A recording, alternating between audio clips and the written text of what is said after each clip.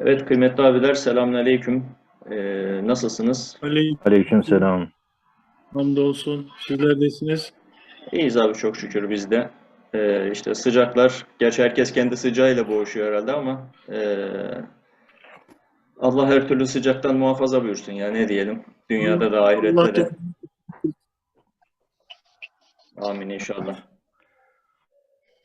Evet kıymetli abiler geçen hafta da işte bir Zoom toplantısında zaten buluşmuştuk.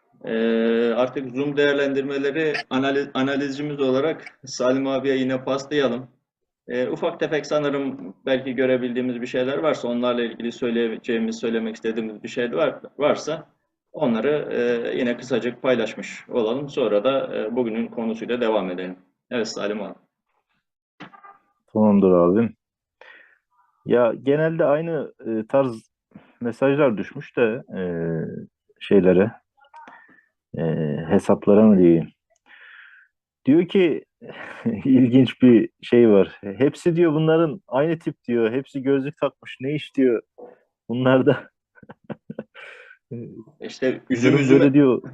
üzüm üzüme baka baka kararır abi. Yıllardır birbirimize bakıyoruz. yani, gençliğimiz beraber geçti. Aynı tip insanlarla geçti. Birbirimize benzememiz çok normal. Belki de birbirimize benzediğimiz için bir araya geldik yani. Doğru. Yalnız şöyle bir şey var. Erkan abi sizi ben gözlüklüyü çok hatırlamıyorum. Sizinki yakın gözlü gibi sanki ya. Artık başka şeylerin de habercisi sanki bu. Evet, yaşımız 40'ı geçince yakın gözlüğü mecbur oluyor artık.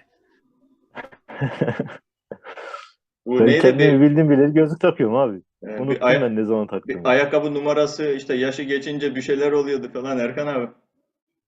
Evet, Küçülüyor değil mi? yani dinliyorsa bir doktor arkadaş vardı. O öyle demişti. Yaşınız ayakkabı numaranızı geçtiyse yakın gözlük kullanmanız çok normal demişti. E, aynen yaşıyoruz biz de bu durumu. Yani İyi işte bakalım abi. yani yıllarca neticede aynı duygu ve düşüncede bir araya gelmiş insanların belli yönlerinin zaten birbirine benziyor olması neticede hani çok da abes karşılanacak bir şey değil zaten. E, O yüzden çok da ne diyeyim bir tek gerçi şu anda bir tek gözlüklerimiz var. Yani işte ben kel, sen fodul. Sen de badem bıyıklı yolumuza devam. Fodul da Abi bende. Yani artık ge- geçen demin hafta geçen hafta bön bakıyorlar diye bir şey mesajı vardı demiştim. Bu hafta da bunlar hakır hukur gülüyorlar. Allah gülüşünüzü arttırsın deyip böyle bir kafa sallayanlar olmuş abi. Bu e, işin ortası yok herhalde. yani evet. Ne yapsak suç. Ne yapsak suç. Aynen öyle. Bir şey dikkatimi çekti benim de. Bir mesaj dikkatimi çekti. Diyor ki ya diyor işte uzun lafın kısası utanına getirmiş yani lafı. Yani bu yaptığınız da iş mi sizin utanın bu yaptığınızdan gibi bir yere getirmiş de. Açıkçası yani benim şahsi kanaatim bu işte artık akın ne olduğu, karanın ne olduğu her şey meydanda.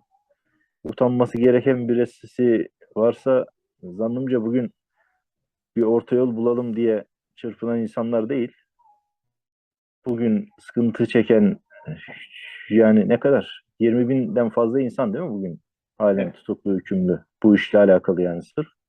20 binden fazla insanın o sıkıntıları çekmesine neden olan asıl kimlikler kimlerse onların utanması lazım. Bizim değil.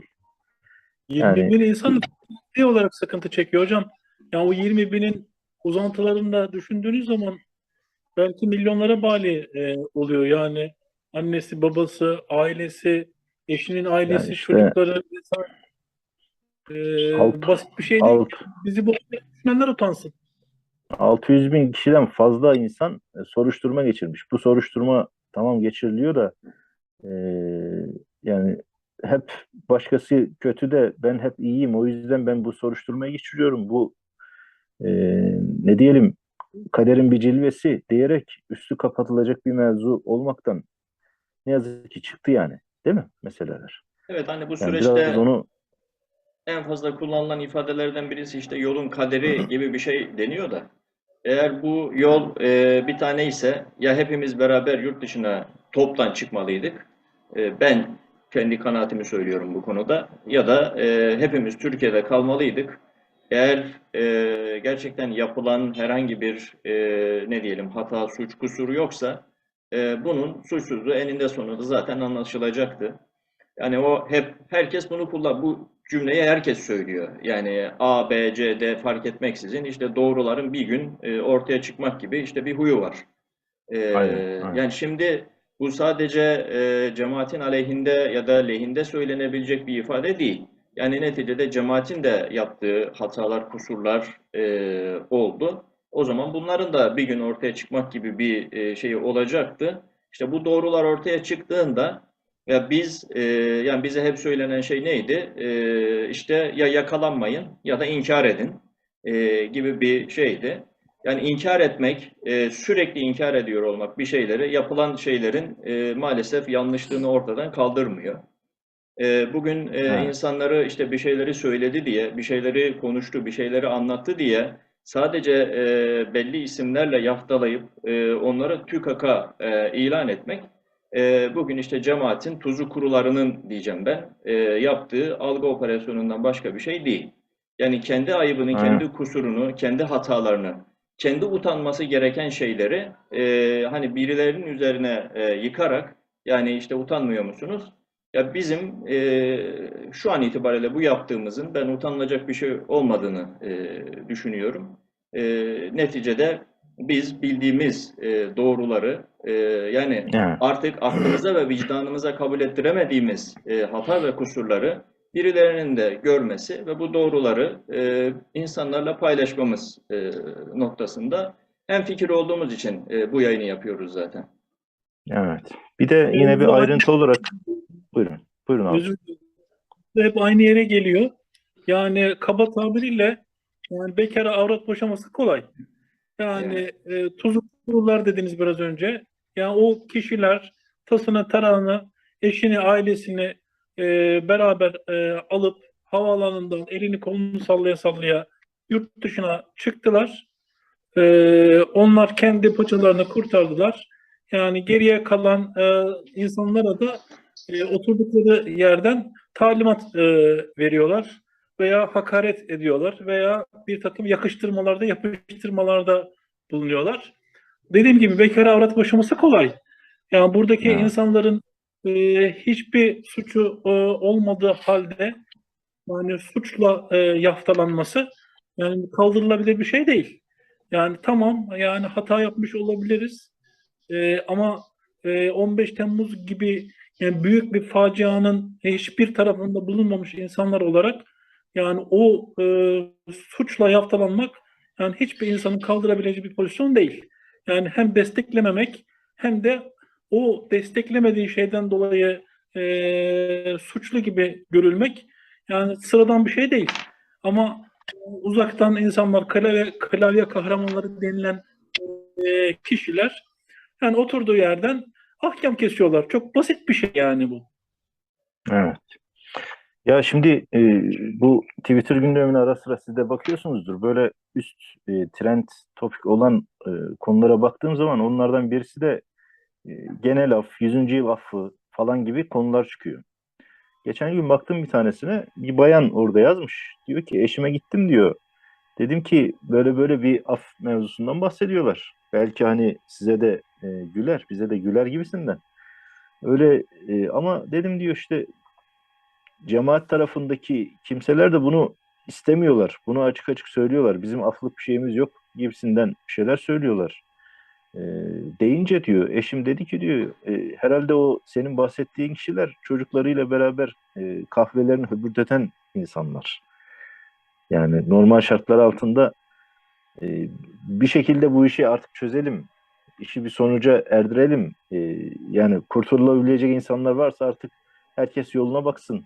Memleket bir düzlüğe çıksın anlamında derdi olan, tasası olan diyeceği laflar değil bunlara yani tabiri caizse böyle diyor yani adam. Haksız Doğru. değil. Bu böyle. Ee, Böyle abi. Çok da öyle başka da hani genelde bu birkaç şeye gözüm ilişti diyeyim. Ekstra bir şey yok. Yani sizin ekleyeceğiniz yoksa eğer. Yok, benim de.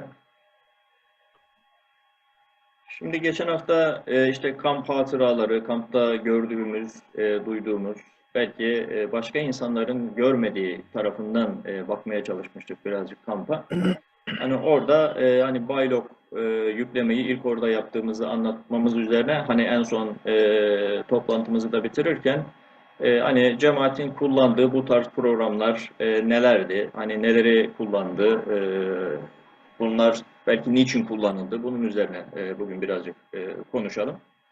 Tabii biz Baylok'a gelene kadar neticede cemaatin çok geçmiş yıllardan itibaren belli şeyleri kullandığını, belli tedbirleri yaptığını biliyoruz.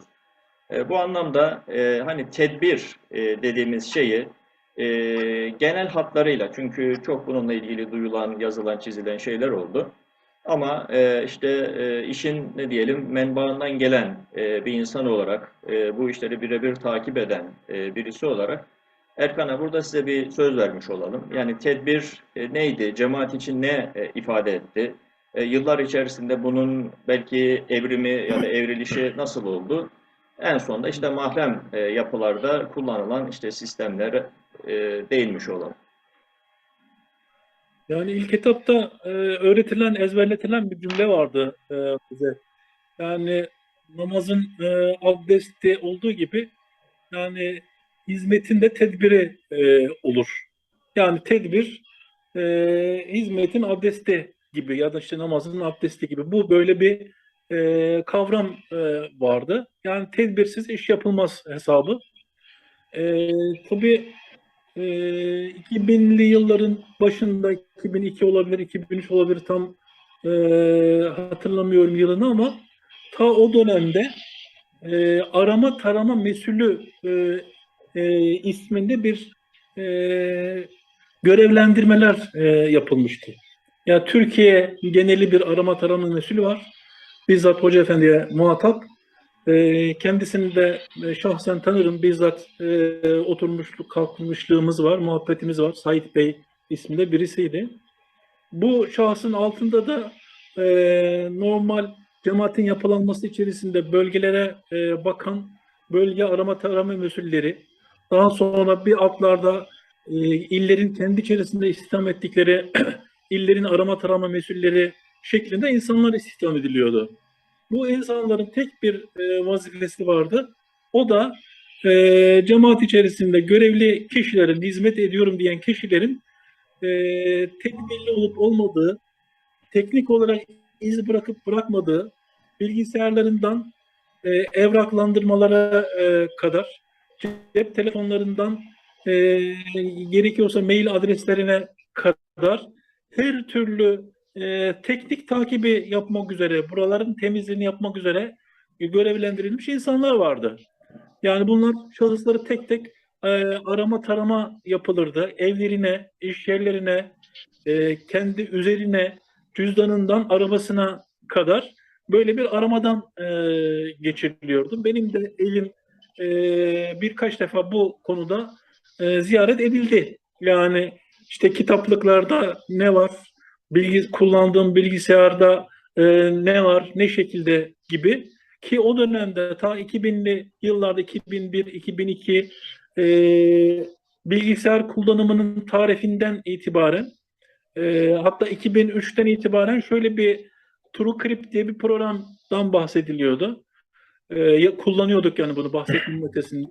Yani bu TrueCrypt denen işte bir flash diskin içerisinde ekstra bir dosya oluşturup oraya şifreyle girilip cemaate ait bilgi belgeleri, dokümanları tuttuğumuz, sakladığımız yerde Flash'ın ön yüzünde de görünen şekilde kitap özetlerinin olduğu, ne bileyim bir takım insan kaynakları tarzında ya da kişisel gelişim tarzında olduğu, yani genel geçer bir takım dosyaların olduğu, insan baktığında herhangi bir şey tespit edemeyeceği dosyalar taşıyorduk. O dosyaların birinde de içerisinde de TrueCrypt programının olduğu ve şifrelerle girilerek takip edilen bir sistem vardı. Dediğim gibi bu 2003'lerde başladı. İşte bu arama tarama mesulleri de o trikriptin kullanılmasını, nasıl kullanılacağını, öğretilmesini vesaire bir takım eğitimler de vererek bu şekilde bir yola girilmişti o dönemde. Ki mahrem yapılarda bu mevzu birazcık daha derinleşmişti. Yani 2010 yılında ben de mahrem yapıya dahil olduğumda yani artık bu işin master'ını, doktorasını yapmış bir şekilde karşımda buldum.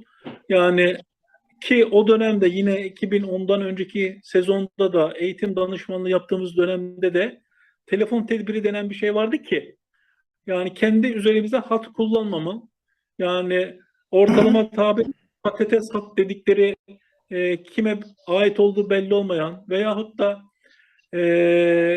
işte kurumlarda görevli, hizmetli personel o insanların üzerine alınmış hatlar veya evlerde kalan herhangi bir şeyden haberdar olmayan normal birinci sınıf ev cemaati üzerine alınmış telefon hatları vesaire veyahut da cemaatin evde kalan cemaatin annesi babası üzerine alınmış hatlar gibi kendi üzerimize olmayan ve hatta kimin üzerine olduğunu bile bilmediğimiz, şahsen tanımadığımız insanlar üzerine telefon hatları kullanıyorduk. Dolayısıyla böyle bir rahatlık da söz konusuydu. Yani ki Baylok dönemine geldiğinde de bu tip problemler yaşayan çok insanımız oldu. Yani kendisinin hiçbir şeyden haberi yok ama üzerine hat çıkarılmış. Yani bu hat üzerinden de Baylok kullanılmış veya cemaatin başka bir takım programları kullanılmış. Bu şekilde mağdur olan insanlarımız da oldu maalesef. Ama böyle bir tedbir söz konusu idi. Yani hem sivil yapılanma içerisinde hem mahrem yapılanma içerisinde. Yani başta da söylediğim gibi yani tedbirsiz hizmet edilmez tabiriyle her işimizde yani tedbirli olup olmadığı gündemde tutuluyordu. Sıcak bir gündemdi tedbir. Yani bu şekilde ifade edebilirim. Evet, şimdi tabii tedbir manasında hani genel kullanılan şeylerden birisi belki arama taramanın da ortaya çıkmasının şeylerinden birisi bu sanırım. İşte tedbir sakal gibidir. Yani ne yapar? Daha doğrusu evrak kirliliği dediğimiz şey sakal gibidir.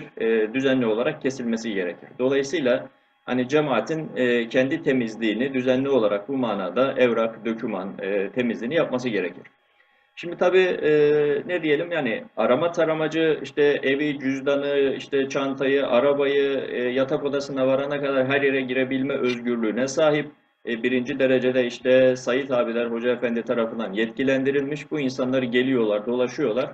Siz de bilirsiniz hani bir insan bununla ilgili bir defa bir çentik aldıysa yani tedbirsizlik noktasında çentik aldıysa bir uyarılır. Sonrasında ikinci çentiyi alırsa şiddetli olarak uyarılır. Artık üçüncü çentiyi yedikten sonra da bu insanın görevine işte son verilebilir, ili değiştirilebilir, başka bir yere alınabilir. Bu tarz uygulamalar da arama tarama mesullerinin yaptığı şeylerdi. Şimdi asıl tabii burada hani benim bir de söylemek istediğim şey şu. Neticede biz bir gönüllüler hareketiyiz, hizmet hareketiyiz. Okullarımız var, yurtlarımız var, yurt dışına açıldık. İnsanlara işte ne yapıyoruz? Sohbet ediyoruz. İşte insanlara hakkı, hukuku anlatma adına, Allah'ı anlatma adına bir şeyler yaparken hani bu kadar gizliliğin ilk baştan itibaren yapılıyor olması. Yani işte burs listeleri işte olmasın. İşte ne diyelim himmet listeleri insanların eline geçmesin. Yani eğer bu işte bir sakınca yoksa, insanlardan bu manada alınan şeylerin yine öğrenciye kullanılması noktasında herhangi bir ne diyelim hukuksal olarak herhangi bir yanlışlığı yoksa neden bu kadar hani gizliliğe girmiş olduk? Bazen gerçekten tabii dün bunu içerisindeyken ne diyelim İtaat yani mutlak itaat, Gassal'ın elindeki meyyit olmamız hasebiyle herhangi bir şey sormayacağımız için bunları sormadık. Şimdi ben hani maddi olarak da düşünüyorum.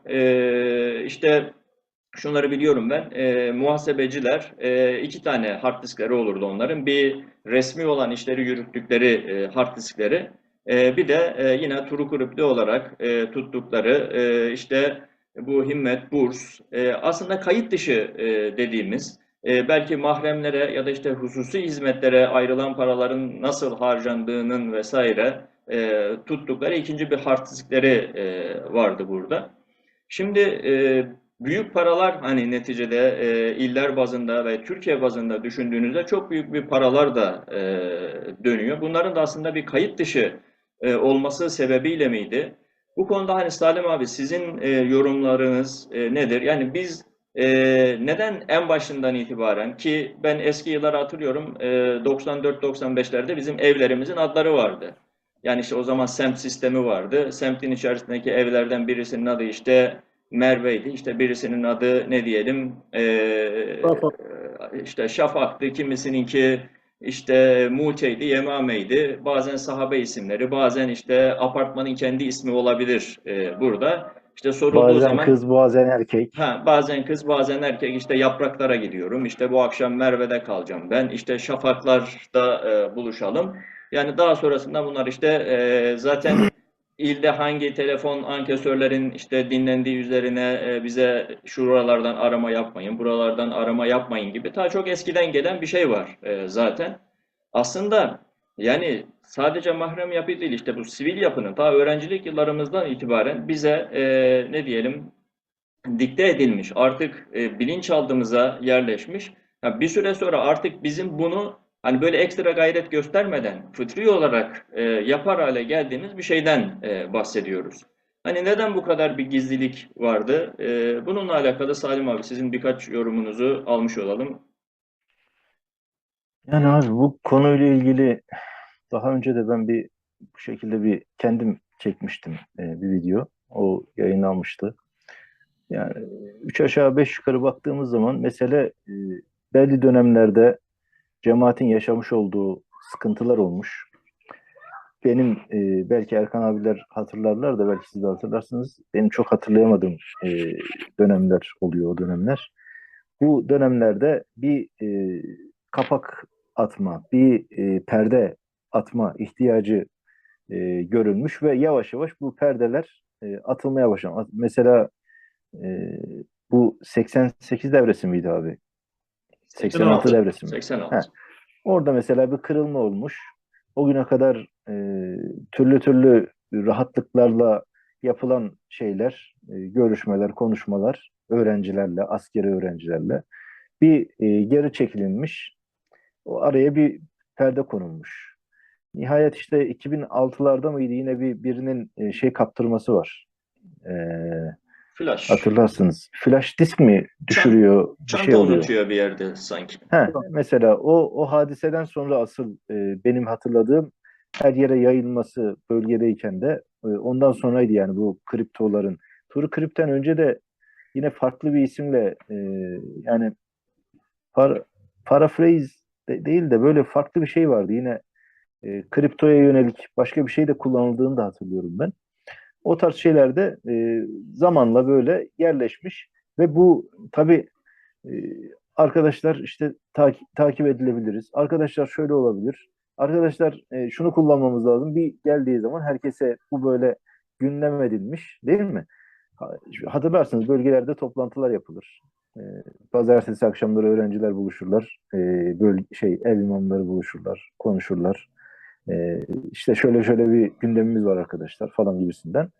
Oralarda bu her yere yayılır. Bu şekilde insanlar aynen geçen haftalarda da ben söylemiştim. Yavaş yavaş ısıtılır yani insanlar. Bunlar çok normal şeylermiş gibi. Halbuki bugün baktığımız zaman ne TrueCrypt'in bugün adı artık onun en son hatırladığım VeraCrypt olmuştu. O da kapatılmıştı. Satın aldığı bir farklı bir firma diye biliyorum. Bunlar normal piyasa şirketi. Bunda bir sıkıntı yok.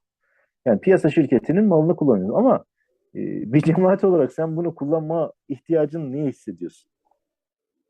Derdin ne? O gizlilik, o kapaklılık mevzusu ne? İşte o gizlilik, kapaklılık da bu yani. E, Bir yerlerde birilerini yönlendiriyorsun.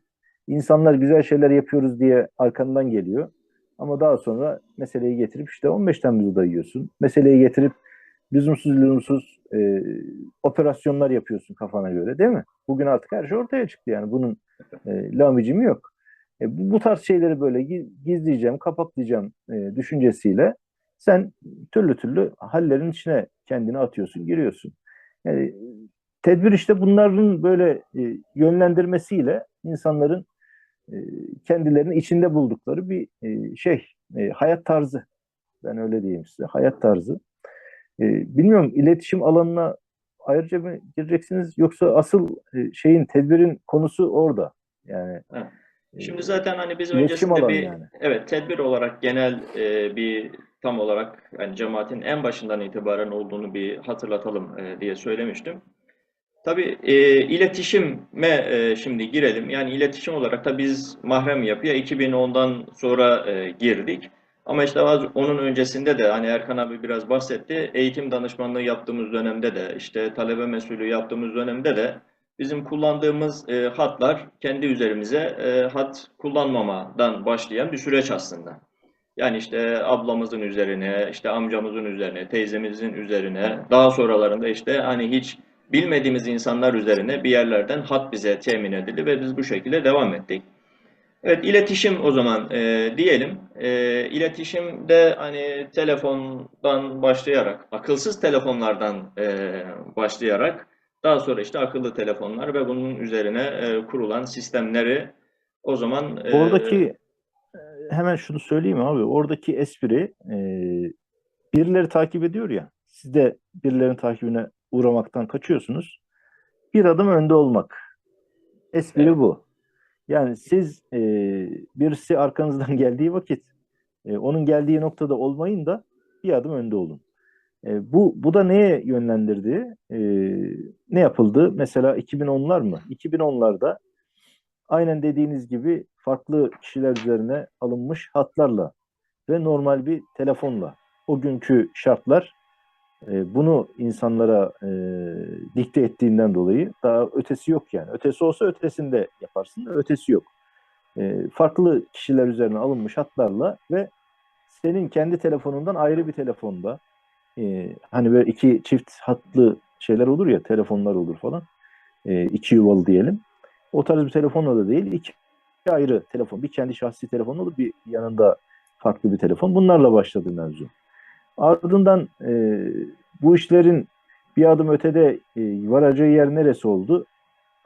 İnternet yayıldı. 2009'da WhatsApp abi çıktıktan sonra çok evet, özür dilerim. Hani orada bir şey gireyim. Hani biz iki telefon gibi diyoruz da Erkan abi de bilir. İşte biz bölge temsilciliği yaptık. Yani her öğrenciye ya da her gruba ayrı telefon olacak şekilde ben ilk mahrem yapıya girdiğimde 8 ya da 9 telefon yani kendi telefonum haricinde 8 ya da 9 tane telefonum vardı benim.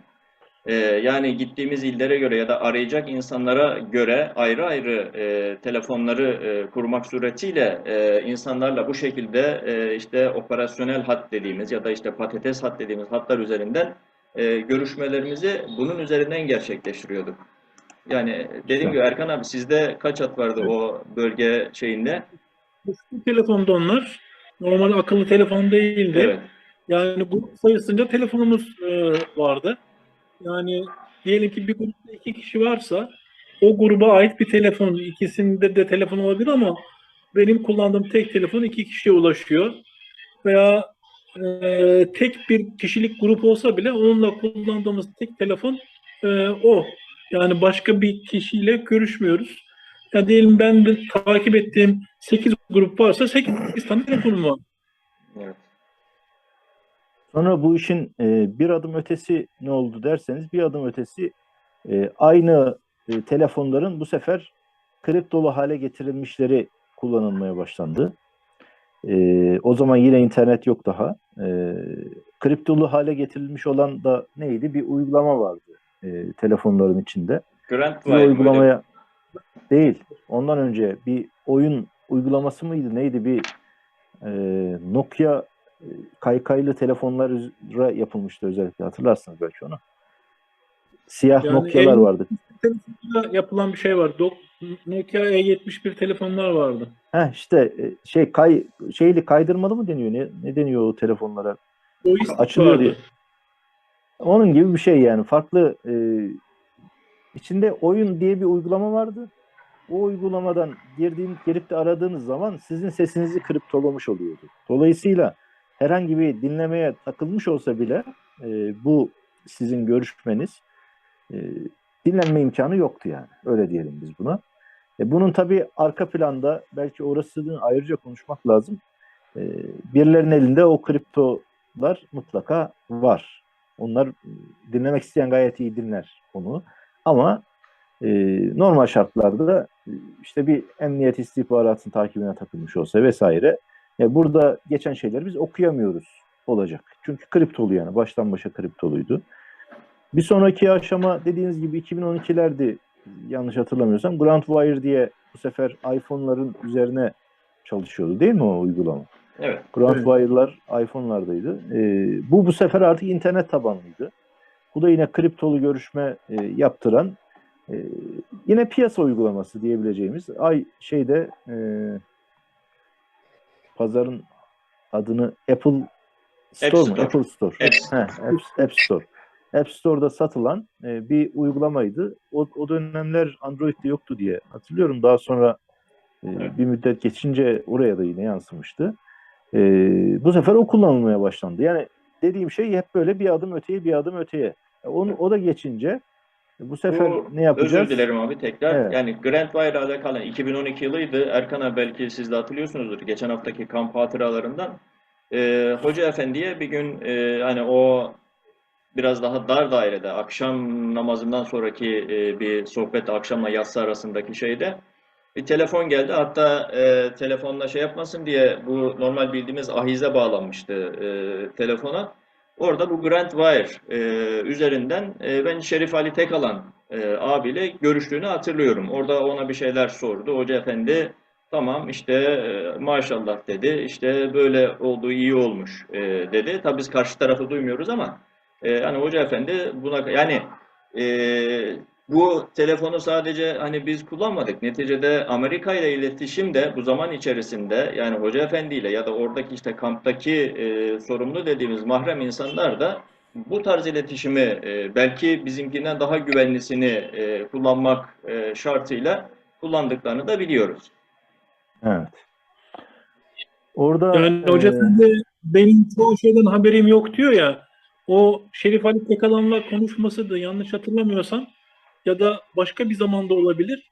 Ama şu mevzuyu konuştuğunu hatırlıyorum o telefonda. Yani Dicle Üniversitesi'nin rektörünün değişikliğini soruyorlardı ona. O da bir takım talimatlar veriyordu. Bizim yanımızda oldu yani bu hadise. Yani Dicle Üniversitesi'nin rektörünü atanması ya da teklifiyle ilgili talimat veriyordu. Yani güya haberim yok diyor ama.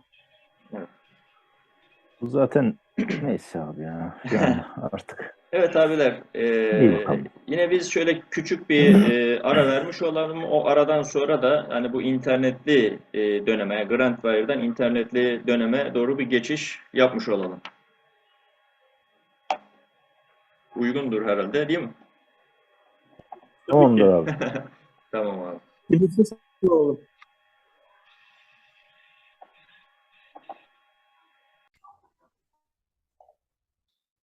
Evet abi en son Grandwire internet tabanlı çalışmaya başladı dedik. Oradan birlikte devam edelim yine. Evet abi orada Grandwire dediğim gibi aşama aşama o tarafta belki sıkıntı olabileceği veya bir ilerisi adına daha güvenli yer neresi olabilir diye yapılan araştırmalar neticesi bu sefer internet tabanlı olarak kullanılacak uygulamalar ortaya çıkmaya başladı. E, Şuydu değil mi? İlk çıkan. Evet. Şuydu. Şu kullanımı başladı. Bu da internet tabanlıydı. Yine mesajlaşma sağlıyor, yine sesli görüşme imkanı sağlayan bir uygulamaydı. Dosya alışverişi, gönderme, resim vesaire vardı. Evet, ondan sonra işte bu ground wire'lar ortadan artık kalkmış oldu. Bu sefer internet tabanlı görüşmeler yaygınlaşmış oldu. Bunun paralelinde e, bir vakit geçti aradan sanırım. Şuradan biraz bir vakit geçti. Bu Baylok piyasaya dahil oldu. Evet, abi özür dilerim. Baylok'un Öncesinde tabii piyasaya evet, bu sivil bölgelerde bu arada işte TikTok gibi, Kakao gibi bazı programları kendi aralarında onların da kullanması söylendi. Onlar ne da zaman bu? Ne zaman? O işte bu şuraya 17-25 geçiş sonra. sürecinde evet 2013. 17-25'ten sonra değil mi? Evet, Sonradır. sonra artık bu telefonlardan aynı şekilde görüşülmesin, internet tabanı olan programlar üzerinden görüşülsüne geçildi. Yani biz de hani Evet. mahrem yapıdaydık ama sivil bölgede irtibat kurduğumuz insanlar vardı. Bu insanlarla da bu programlar üzerinden irtibat kurmak suretiyle bilgi ya da işte belge, resim, doküman alışverişlerimiz o şekilde sağlandı. Evet, Mesela şu o Kakao Talk dediğiniz şeyi Cover Me evet Cover yine Me. piyasada. Bunları ben hiç kullanmadım da Ben ama kullandım yani tam siz biliyorsanız net tarih söyleyin. yani işte bu Yani bizim 17-25'ten şeye sonra geçtiğimiz başladı işte o. şuya geçtiğimiz işte bu 2013 çün Ha, o zaman ikinci şunu diyebilir yarısı. miyiz? Biz mahrem yapılarda böyle bir şey kullanmaya başladık. Siz de sizin tarafınızda da artık internet tabanlı şu uygulamalar Evet, güvenli. evet Bunları bunlar kullanın. o şekilde tavsiye edilmek suretiyle insanlara bu şekilde yani sivil bölgede de bu kullanıma geçildi. Çünkü ben dediğim gibi o süreçte sivil bölgeyle hani irtibatta olduğumuz insanlar vardı. Kendi birimim ya da çalıştığım konuyla alakalı. Onlarla bu programlar üzerinden ben irtibat kurdum kendim. İlaveten bir de şu var. Mahrem yapının da alt tabakalarının irtibat sağlaması adına da yine bu uygulamalar o zaman Evet, bu yönlendirildi mi uygulamalar diyebiliriz. kullanıldı. Ben Çünkü öğrencilerle de evet. bizim bulunduğumuz yerlerde ben kullanmadım kendim şahsen. Çünkü yeterli oluyordu yani. Şu yeterli oluyordu. Evet, biz şöyle E, öğrencilerle de yani o süreçte hepsine ilk başta şu veremediğimiz irtibatın devam etmesi sürecinde hani bu patates hatlardan, operasyonel hatlardan kurtulduğumuz süreçte tavsiye ettiğimiz ve bu şekilde irtibat kurduğumuz öğrenciler oldu bizim de. Anladım. İşte Evet. Eagle diye bir şeye program getireceğim vardı konuyu. mesela. Buyurun abi. Eagle diye bir program vardı. O Yani sonraki İngilizce Eagle Kartal herhalde. Ee, o sonraki mevzu öğrencilerden bazıları abi. yok. Yani 2013'lerden sonra kullanmaya başladık onu da. Yani bir 2015'leri falan bulmuştur abi o. Çünkü İlk, yavaş yavaş mevzular ilerledi. Çünkü Eagle dediğimiz uygulama aslında kabiliyetlerin gerilemesine de işaret ediyor. Yani görüşme kabiliyetini çok sınırlıyordu Eagle biliyorsunuz. Sadece yazışma yaptırıyordu. Evet. Hatırlıyorsunuz değil mi? evet, evet. Yani o ne Kullanıyorduk. demek? Şu da sen hem telefonlu görüşme yapabiliyorsun, hem dosya alışverişi yapabiliyorsun, hem mesajlaşma yapabiliyorsun. MSN mantığında bir uygulama ama Eagle öyle değil. Onun da bir sebebi var tabii o hale gelmesine. Belki zaman içinde ilerleyen dakikalarda ondan da bahsederiz. Konuyu şuraya getirmek istiyorum. Mevzu aslında tam bu Baylok'un niye ortaya çıktığını, niye bütün tabana yayılması noktasında bir ihtiyaç mı diyelim hasıl olduğunu gösteren bir durum var. Hani dışarıdan bir kısım uygulamalar var. Haricen üretilmiş. Bunları kullanacağız ama her an bunlarda da bir sıkıntı çıkabilir. Dolayısıyla biz kendi uygulamamızı yapalım. Evet. Mevzu bu. İşte bu çerçevede ne oldu? Ben iyi hatırlıyorum. Bir gün emniyet istihbarattan sorumlu oradaki hatta polisti galiba o. Tam net bilmiyorum da ben Mehmet diyordum ona. Mehmet diye birisi. Dedi ki bir gün biz dedi bir şey yaptık dedi. Bu uygulama dedi işte bize şöyle şeyler sağlıyor, böyle kabiliyetler sağlıyor. Şunun aynı mantığı. Daha önceydi galiba hatta. Şuradan da önce böyle piyasaya çıkartmayı planladıkları bir şeydi bu. Amaç da şuydu. O uygulama piyasaya sunulacak. Nereden? Google Play üzerinden sunulacak. Nereden? İşte Apple Store üzerinden sunulacak. Buralarda kendine yer edinecek. Çünkü ilklerden olması da arzulanıyor. WhatsApp'lar çıkmış, işte CoverMe'ler bahsettiğiniz o tüm uygulamalar çıkmış. O da yine o piyasada yer edinsin, herkes bunu kullansın. Sadece cemaatin tabanı değil, sadece mahrem değil. Hatta mahrem kullansın istenilmiyordu başta yani. Evet. Bütün yurt dışından, yurt içinden talep olsun, bu uygulama kullanılsın isteniyordu. Ardından da ne olsun? Biz de gireceksek bundan sonra bizim uygulamamız olmadığı, cemaatin hazırlamış olduğu bir uygulama olmadığı net bir şekilde anlaşıldıktan sonra artık oturduktan sonra kafalarda böyle bir uygulama var. WhatsApp gibi bir uygulama. Bu da güzelmiş. Denilmesi sağlanıldıktan sonra biz de girebiliriz. Kafa buydu yani ilk şeyde. Ama ne oldu? Şimdi bu uygulamalar böyle ya siz bize şu verdiniz. Tamam. Ama ben alttaki arkadaşlarımla görüşemiyorum. Sıkıntı yaşıyorum. Onların hepsine şu da veremiyorum. Bize de bir uygulama verin. Öyle denilince bu sefer tamam dendi şey yapalım. Bayloğu madem tabandaki mahremlerin tabanlarına aktarmış olalım. O şekilde mahremle başladı aslında Bayloğu'nun ilk açılımı. Daha sonra bu sivil bölgelere de aktarıldı ve her yer artık o bayloğu kullanmak durumunda kaldı. Yani bayloğun ilk piyasaya çıkması ve yayılması bu şekilde.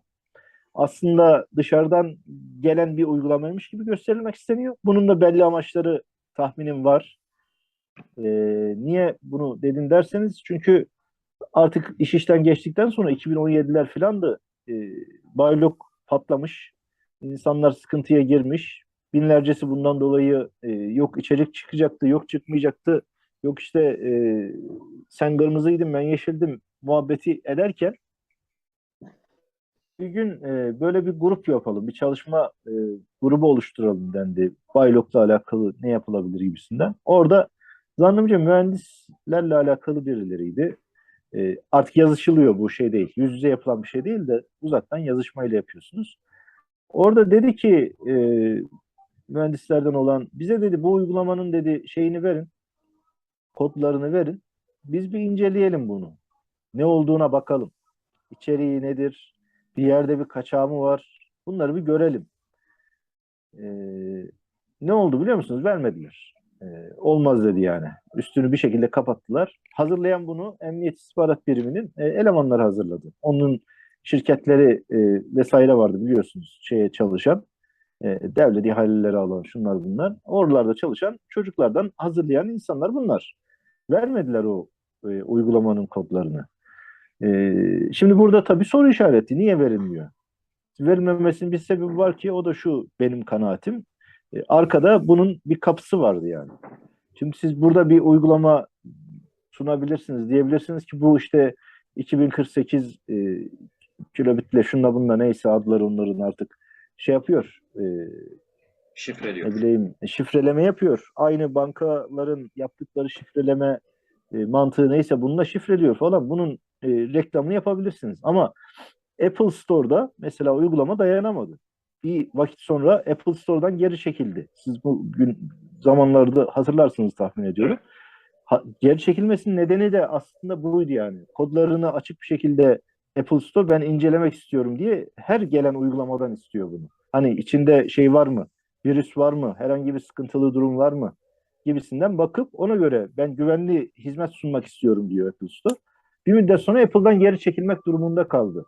Orada çok duramadı ama Google Play'de durdu yani. Çünkü orası öyle bir inceleme yapmıyor.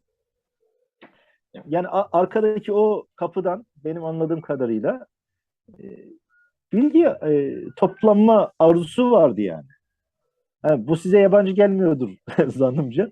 Bilgi toplama arzusu. Yani bu vardı yani.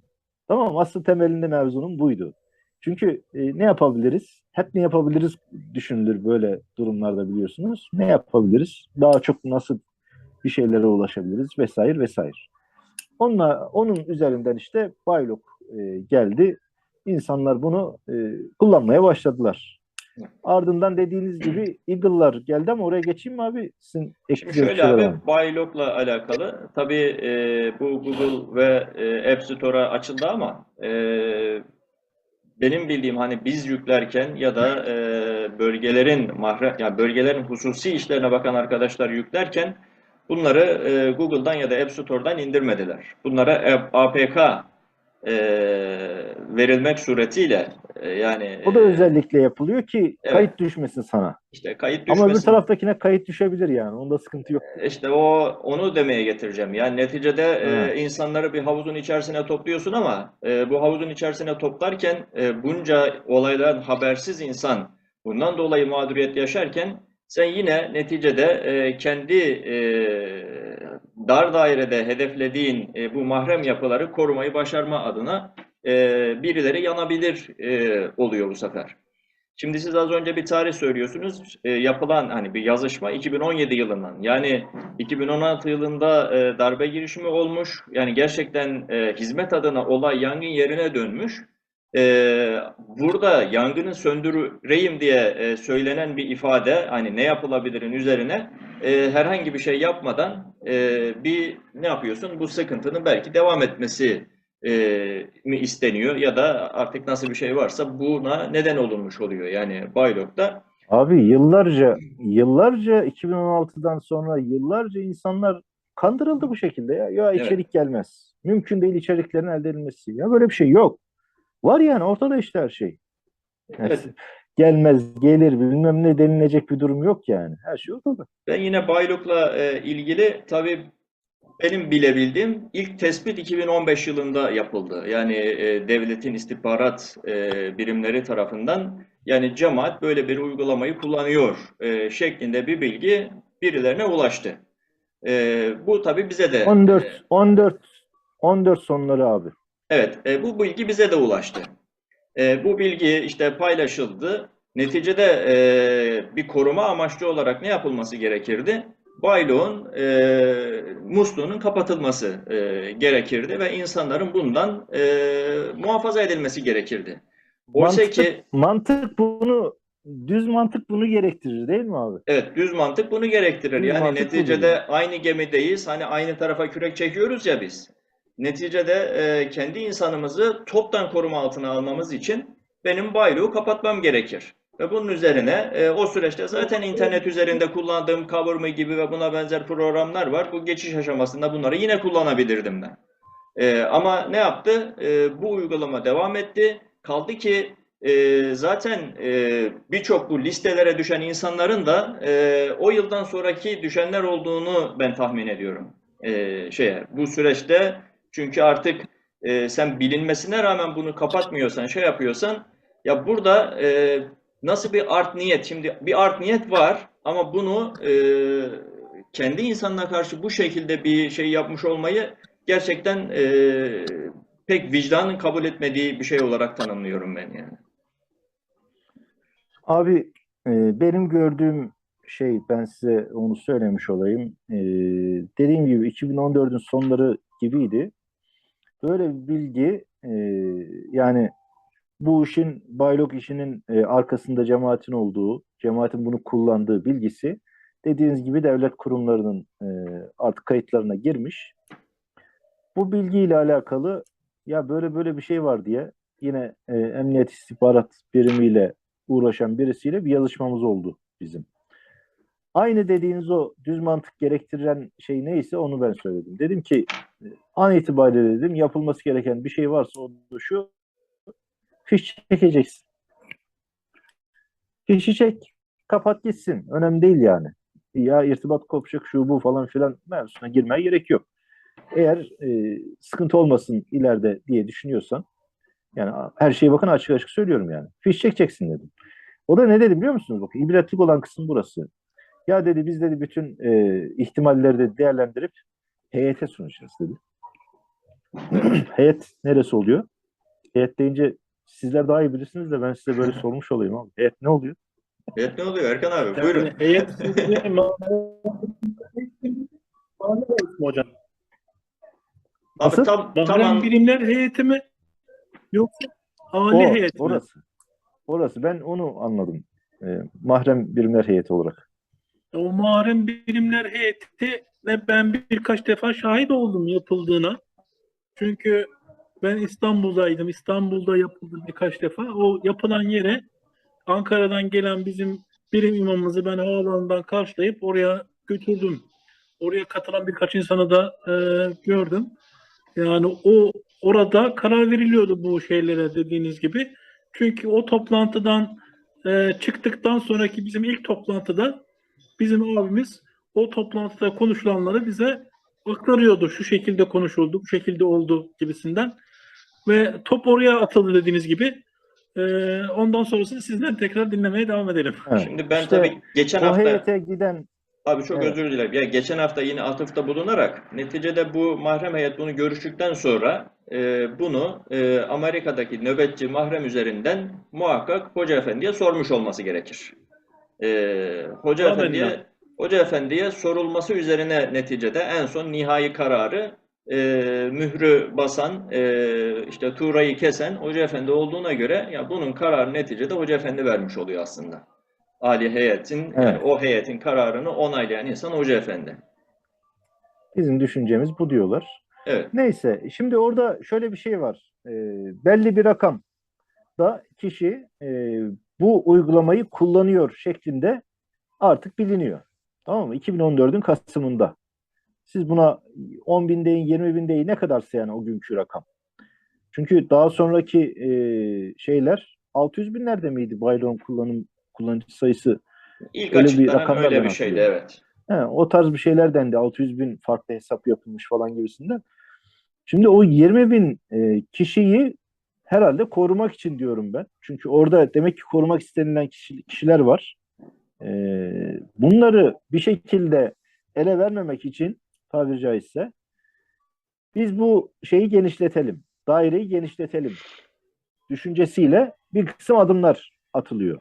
İşte bu adımlardan birisi meseleyi tamamen cemaatin bütün tabanına yayacak şekilde, bütün öğrencilere, bütün bölgelerde kullandı değil mi abi o dönemden Evet, sonra tabii ki. bunu? Bütün bölgelere, yani aklımıza gelecek gelmeyecek her yere bunu nasıl dağıtırız diye bir düşünce hasıl oluyor ve bunu yapıyor.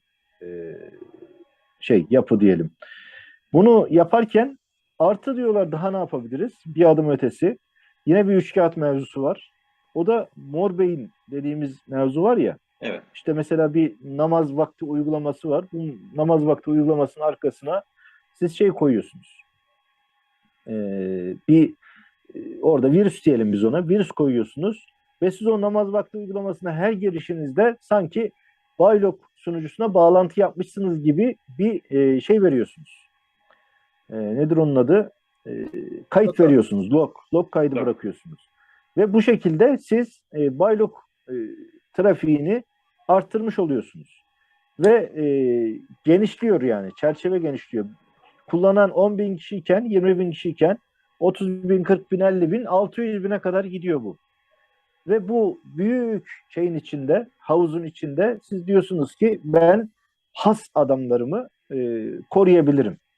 Onları herhangi bir zarar gelmeyecek şekilde de bu mevzuyu götürebilirim.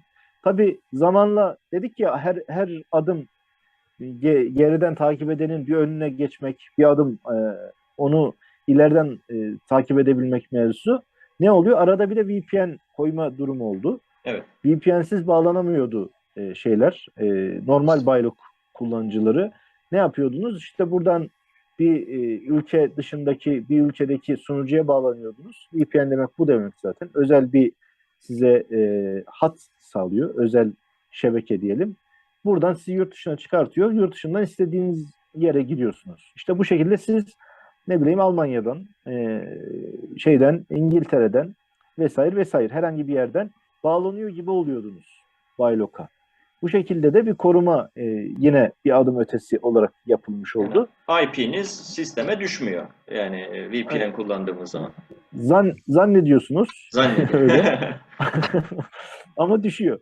Düşüyor. Siz zannediyorsunuz ki bu şeyler takip edilmiyor, yazışmalar vesaire. Biraz önce onu bahsetmiştim ilk bölümde ama takip ediliyor. Ben öyle zannediyorum. Kim ne yazmış, ne çizmişse onların hepsinin kaydı tek tek şeyin elinde vardır. Mahrem yapının o işle ilgilenen, benim bildiğim o şeyi geliştiren, bu uygulamaları geliştiren emniyet istihbaratın dediğim şeyleriydi. Şirketlerinde çalışan elemanlardı. O elemanların ellerinde bu o dönemde vardı yani. Hocam bir de şöyle bir durum olmuştu. Bu biraz önce dediğiniz 2014'ün sonlarında Baylok bu şekilde piyasaya resmi makamlara düşünce normal bölgedeki insanların da buraya dahil edilmesi konuşulduğunda bize şöyle de denmişti. Mahrem yapılar da yavaş yavaş buradan çekilsin. Evet. Yani İşte. bu sistem kullanma bırakılsın dendi. Ve o tarihlerden itibaren biz Baylok'u kullanmamaya başladık. Veyahut da kullansak bile sınırlı şekilde, sınırlı konuşmalarla, sınırlı yazışmalarla, sadece buluşma amaçlı yazışmalarla kullanmak üzere müsaade edildi. İrtibat kopmasın diye. Bir de böyle bir durum. Ben mesela çok nadir kullanmışımdır. 40 yılda bir girip çıkmışımdır. Niye? Çünkü ben onu ihtiyaç duymuyordum. Sizin dediğinizde neydi mesela? Bir şunun yine devam eden bir versiyonu vardı. Daha sonra o adı değişti. Viber yapıldı, ve Face. Face. Face neydi mesela? Face daha geniş çerçevede kişilerin görüşebileceği. Bu sizin dediğiniz manada herkese dağıtılabilecek yine bir uygulama olarak. Hani mahrem yapının içindekiler görüşmeyecekler ya, Baylok'tan ve hariçten. Onlar için işte Face artı bir dar dairede olanlar için Viber uygulaması bu şekilde verilmiş oldu ve Baylok'tan dediğiniz gibi mahremleri çekme. Yani orada bir bataklık var. Oradan siz çıkın da oraya artık bakacağız gibi, ama hepsi onların işte bugün yanan insanlar oldu yani. Bundan dolayı 6-3 alan geçen yığınla insan var. Belki çoğusu bugün yatıyor Allah. İşte o geçişler esnasında arada işte Tango, Eagle gibi çünkü bunların bildiğim kadarıyla hepsinin tabanı aynı şeydi. Birimlere verilen uzantılar, yani ne diyelim, logoları farklı. Aslında aynı program üzerinden konuşuluyor. Bendeki görseli atıyorum Twitter gibi görünüyor ya da ne bileyim Instagram gibi gözüküyor ama girdikten sonra ya da işte Eagle görünüyor, kimisinde Tango görünüyor. Aslında biz aynı sistem üzerinden konuşuyoruz. Bu şekilde internet tabanlı programları da kullandık ve öğrencilere de bunu kullandırmış olduk aslında. Evet, evet. Hatta bir adım ötesinde yine bir bilgi vermiş olayım. Mesela Turkuaz diye yine kamu birimi diyoruz ya, bu mülkiye dediğimiz A grubu memuriyetlerin olduğu yerler. Oralardakiler Turkuaz adı altında bu Baylok'u kullandılar. Yani. Onlar zannediyor ki biz Baylokçu değiliz ama onlar da o listeye girdiler yani zaman içinde. Evet, aslında ne diyelim, birbirimizi kandırmış olduk. Ya da işte güvenli zaten diye, neticede bizim bir üstteki abi bize bunun güvenli diyorsa ya da bir bölgeye bu şekilde söyleniyorsa artık tamam, biz de zaten bir şey sormadığımız için, sorgulamadığımız için yelkenleri indirip işte yazıştık. Buralardan evrak al ver yaptık. Özellikle de işte bölgenin hususi birimlerine bakan insanlar buralardan izdivaçla ilgili, öğrenci listeleriyle ilgili şeyleri alıp verip göndermek suretiyle, yani işte bu içerik dediğimiz şeyler yavaş yavaş ortaya döküldükten sonra bu sefer işte insanlar ciddi şeyde kalmış oldu. Ve bu sebeple ne diyelim, yine olan aslında masuma olmuş oldu. Yine mağdur onlar olmuş oldu. Aynen öyle. Aynen öyle. Aynen öyle. Şimdi zaten sonrasında da yani şimdi cemaat vazgeçti mi? Bütün bunlar yaşanırken bu uygulamaları biz bırakalım, başka bir şey yapalımdan vazgeçti mi? Yok, vazgeçmedi. 15 Temmuz sonrasında da 2048 adlı bir oyun, yani görseli oyun olan bir programla yazışmalarına ve görüşmelerine devam etti. Sonrasında sanıyorum Signal gibi, işte Telegram gibi, hatta WhatsApp gibi tekrar bu sefer dendi ki ya bunlar zaten uluslararası alanda kullanılıyor. Burada kaybolmak daha kolay. Evet. gibi ifadelerle yine VPN'li olmak şartıyla biz işte bunlara geçelim. Yani bunu ne diyelim kulağımızı şuradan tutacağımız yerde işte şöyle dolandık molandık aslında başta gelmemiz gereken yere geldik. Eğer biz gerçekten gizli saklı bir şey yapmıyorduysak bu alışverişlerde yani iletişim esnasında yaptığımız şeylerde bir şey yoksa ben bunu WhatsApp'tan yapabilirdim ya da Telegram'dan yapabilirdim.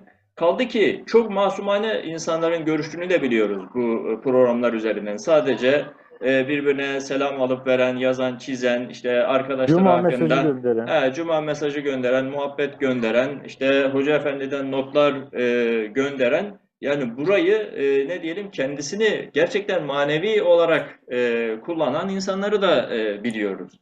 Ama neticede böyle bir program üzerine yaftalanınca bu bizim gerçekten halis niyetlerle bu işi kullanan insanlar da aynı potaya girmiş oldu. İşte tuzu kurular bundan kurtulup kaçarken bu insanlar bu işin mağduriyetini yaşamaya devam ettiler aslında. Hani genel Aynen. arıza zaten bu. Yani bizim hani burada söylemeye çalıştığımız şey biraz da bu. Ben Onların yükü masumların omuzuna kaldı. evet kaldı. Ben burada bir son olarak da bu tedbir yani iletişimin tedbiriyle alakalı kullandığımız yani iletişim sistemler değil de bu white list diye kullandığımız bir şey vardı bizim bir de biliyorsunuz mahremlerde. White list'ten kasıt neydi? Bunu da yine benim bildiğim işte yıldız olarak tabir edilen emniyet istihbarata ulaştığını biliyorum ben. Bir mahrem yapının içerisinde işte temsilci, genel müdür, müdür, alttaki işte öğretmeni, aileleri de yani eşleri de dahil olmak üzere bilgileri işte telefonu, maili, araba plakası bütün bunlar bir white list yani beyaz list. Niye beyaz liste dendiği ile alakalı bir malumatım yok. Onu buradan söyleyeyim. Bu listeyi oluşturmak suretiyle biz bunu birim başındaki abimize verdik. Ve bu neticede buradaki uygulama neydi? Mahrem birimdeki herhangi bir şahısla alakalı bir devletin yani istihbarat birimlerinin ya da emniyet birimlerinin bir çalışması olursa, bu şahısla ilgili bir takip yapılırsa, bununla ilgili açılması muhtemel herhangi işte bir dava vesaire olursa bunu önceden biz bilelim. Bu arkadaşı acilen hemen telefonunu gerekirse değiştirelim. Eğer çok daha sıkıntılı bir yere gidiyorsa da bu insanı direkt yurt dışına işte kaçıralım ve bu şeylere maruz kalınmasın diye de bir şeyimiz vardı. Whitelist'i zaten hepiniz hatırlıyorsunuz. Kaldı ki biz deşifre olduğumuz bunu da geçen sohbetlerde söylemiştim ben. O deşifre olduğumuzdan sonraki süreçte de yani kendi şeyimizi takip ettik aslında whitelist üzerinden. Yani oraya göndermek suretiyle işte en son hakkımızda ne çalışması yapılmış, neler yazılmış, çizilmiş, bununla ilgili ne yapılıyor, ne ediliyor. Bunları da görmüş olduk. Yani Erkan abi siz de bunu bilirsiniz. Yani Salim abi siz de biliyorsunuz zaten Liste yani whitelist. Şimdi tabii. Yani ehliyeti, araba plakası, eşimizin, öğretmenlerimizin, öğretmenin eşinin her birisinin listesi hazır bekliyordu zaten. Yani 2 aya bir, 3 aya bir bu listeler güncellenip bize geri dönüş yapılıyordu. Sıkıntı varsa geri dönüş yapılıyordu. Sıkıntı yoksa sıkıntı yok deniyordu yani. Evet. Ya bu da tedbirin işte iletişimin farklı bir Aynen. tarafından yine mahremi koruma amaçlı olarak yapılan bir uygulama olduğu için bunu da söylemek istedim ben. Tabii Evet işin abi. başka ben değinmek istiyorum. Aslında mahremi korumak derken aslında mahremi takip eden sivil şahısları korumak değil de sivil şahısları koruyarak aslında mahrem öğrenci dediğimiz kişileri korumak. Yani yoksa bizim orada tek bir vasfımız o insanları takip etmek. Evet. Yani bundan dolayı kıymetliyiz cemaatin adına. Yoksa şahsımızdan dolayı bir kıymetimiz yok. Yani neticede de bunu gördük zaten. Yani o insanlar irtibatımız kopunca yani bir çöp gibi bir köşede kaldık hepimiz yani. Doğru. Yani bilgi getirdiğin sürece, himmet verdiğin sürece kıymetlisin. Eğer bununla ilgili artık irtibatın yoksa cemaate bu manada bilgi, istihbarat manasında bir fayda sağlamayacaksan sen hani evet Türkiye'de kalmışsın, evet üzüldük, aman vah ya aman vah her ne kadar deniyor olsa da aslında sizin de dediğiniz gibi yani şahsi bir kıymetimizin olmadığını görmüş olduk hepimiz yani maalesef. Maalesef. Evet. Abi inşallah böyle basında şurada burada konuşulduğu gibi feci e, noktalara gelmiş bir istihbarat kafasıyla yapılmış eylemler inşallah yoktur da. Ama İnşallah. bugün dönüp baktığımız zaman benim gördüğüm tamamen sizin de bahsettiğiniz şekilde yani bir istihbari yapı gibi işlenmiş. Zaten yönlendireni de dedik ya hep işte emniyet istihbaratı idare eden demeyelim de yanlış anlaşılmasın. Oradaki işleri takip eden, cemaat adına takip eden insanların yönlendirmesiyle bir yerlere gitmiş bir yapıyla karşı karşıyayız. Evet. Durumun özeti bu. Ve bu insanlar da yeri geldi işte o 10 bin 20 bin kişiyi koruyacağım diye 600 bin kişinin canına tak ettirecek mevzuları çok rahatlıkla işleyebilirler yani. Ve hala da ne yaptıklarını açıkçası ben kestiremiyorum. Geçen şeyde gördüm de Twitter'da bir mesaj gördüm o şekilde. İşte bu mahrem birimlerin başına konulmuş bir şahıstan bahsediyordu. Temel bilmem ne. O şeyden İyi tanırım. gelen şeyden geliyor değil mi o? Yine emniyet istihbaratta Evet. bir dönem bulunmuşlardan birisi. Yani Allah selamet versin diyorum ben yani daha burunları inşallah çıkar yani. De biraz zor çıkar.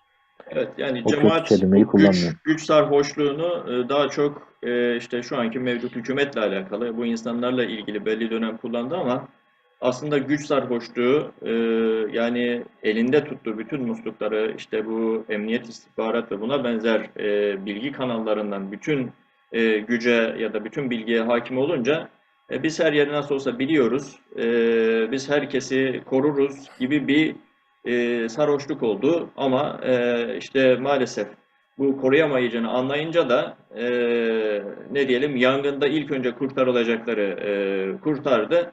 Diğerlerini de değersiz kağıt olarak ya bunlar yansa da bir şey olmaz. Ya da işte geride kalanlar yalan yananlar diyelim nedir? İşte sabır, dua, işte az kaldılarla insanların ağzına bir parmak bal çalınmak suretiyle insanların davaya olan yani cemaate hizmeti olan aidiyetleri sürdürülmeye çalışıldı. Bugün hala birçok insan çünkü 2016'nın hemen sonrasında insanlar hapse girdi birçoğu itibariyle. Belki de yani sadece gazeteden görebiliyorlar. Ve okudukları gazeteye göre de hani şey yapabilirler. Birçok insanın bundan haberi yok ama en azından ailelerinin bundan haberi olabilir, görebilir. Artık ne diyelim yani insanlar gerçekten bir şeyin farkına varılıp zararın neresinden dönülürse kârdır deyip kendi ailelerine, kendi çocuklarına sahip çıkılmalı diye düşünüyorum ben. Aynen, aynen. Sözün özü budur abi. Bu Destekliyoruz. kadar böyle kendimizi hırpalamak mı diyeyim, ne diyeyim artık. Aynen, aynen. Şu an mesela ben sesimden de fark ediyorsunuzdur. Rahatsızım yani şey var. İnşallah o kötü hastalıktan değildir. İnşallah. Dolaşıp duruyor ya yine arttı. Yani hırpalamamızın nedeni de bu zaten yani. Bir şekilde artık insanlar bir doğru yolu görsünler, bir önlerine baksınlar yani. Arkaya bakıp durmakla geçmiyor günler. Yani inşallah. Evet abi bugünlük de o zaman burada bitirmiş olalım. Teşekkür ederiz bu sohbet için de. Eyvallah. Biz teşekkür ederiz abi, sağ olun. Peki abi görüşürüz. Muhabbetler. İyi günler, sağ olun.